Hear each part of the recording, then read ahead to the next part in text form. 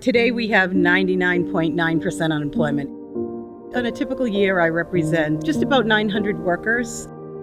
We were scheduled to have the biggest year in the history of the local, expecting $22 million in earnings for Local 11 families. And $20 million in earnings for the local stagehands is huge.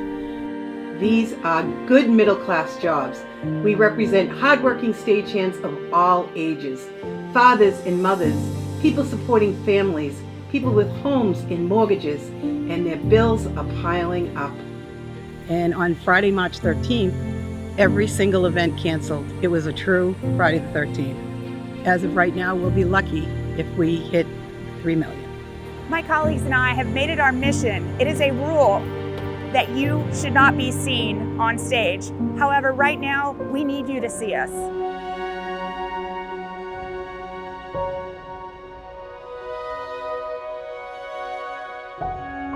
I believe that the arts keeps us a civilized society.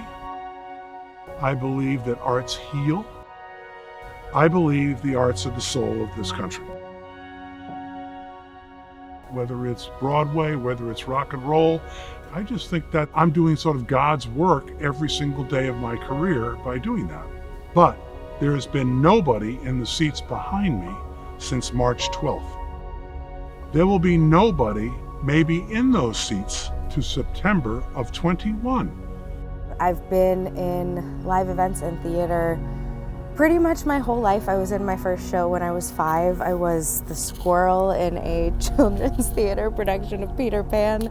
And if you're thinking, but no, there's not a squirrel in Peter Pan, then you'd be correct. But in that production there was, and it was me. Live events are so important because they create an engaging environment with such a unique energy that just cannot be replicated elsewhere. We're all important, all the way down to the person that sweeps and mops the stage. Everybody is an integral part of an artistic expression. People can't put food on their table. People are so terrified because we don't have an end in sight. The COVID-19 situation has destroyed not only my industry, live events, and live entertainment. It's really sad to see what it's done to my city that I was born and raised in. I've already seen my friends, my colleagues lose apartments. I've seen people have to move back home. I've seen people go on food stamps. I have not worked in 4 or 5 months, and I probably won't work for at least another 4 or 5 more months.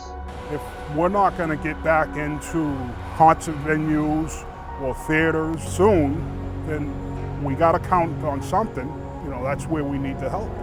This difficult time has been extremely grim. Despite Local 11 doing the best that they can to help us through this situation, we need our legislators and people in the government to help us to make it through this, because we're probably not going to make it all the way through if we don't get help. We're a very agile group. We're a very can-do group. But that's been really, really hard. This is a first where a pandemic has actually shut down our industry. So when you're the first to shut down and the last to open, the only way we know how to do that is band together as organizations and groups of all the individuals who are involved in the theater and make our point. So tonight we're making that point.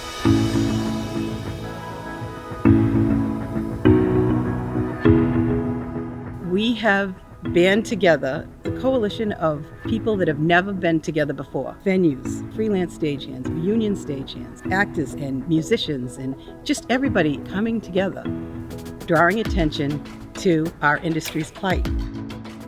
We have made our careers going unnoticed while making amazing cultural events for our communities. How you doing, everybody? My name is Ken Casey from the Dropkick Murphys here in Boston, Massachusetts on Red Alert Day, Music Industry Call to Action. We're trying to raise awareness, trying to get Congress to take notice of the desperate need that the live events industry is in. We were the first industry to go down. We're going to be the last industry to come back. And all we want to do is make sure that we're here for you guys. We make events, and we need your help because we are on Red Alert. You guys are the most highly trained, highly skilled stagehands in the business. You take pride in your jobs and you have sacrificed them in the name of public health. It is time to give back to you and make sure that you are taken care of. Staging, lights, tables, and chairs were all set up and empty. It was part of a demonstration organized by local stagehands and event workers. The goal here was to send a message. I think it says a lot that there are hundreds of volunteers participating all across this country. People are out here donating their time, their energy to spread the word, to help raise awareness over the plight of the entertainment worker. We need FPUC to be extended, CARES Act to be extended. It's a matter of saving this industry, but it's also a matter of saving our families, our livelihoods. Please support us through this crisis. Right now, our industry and millions of families need support, and we deserve to be seen and heard. We call for Congress to pass the HEROES Act and provide economic support for organizations in live entertainment to get people back to work.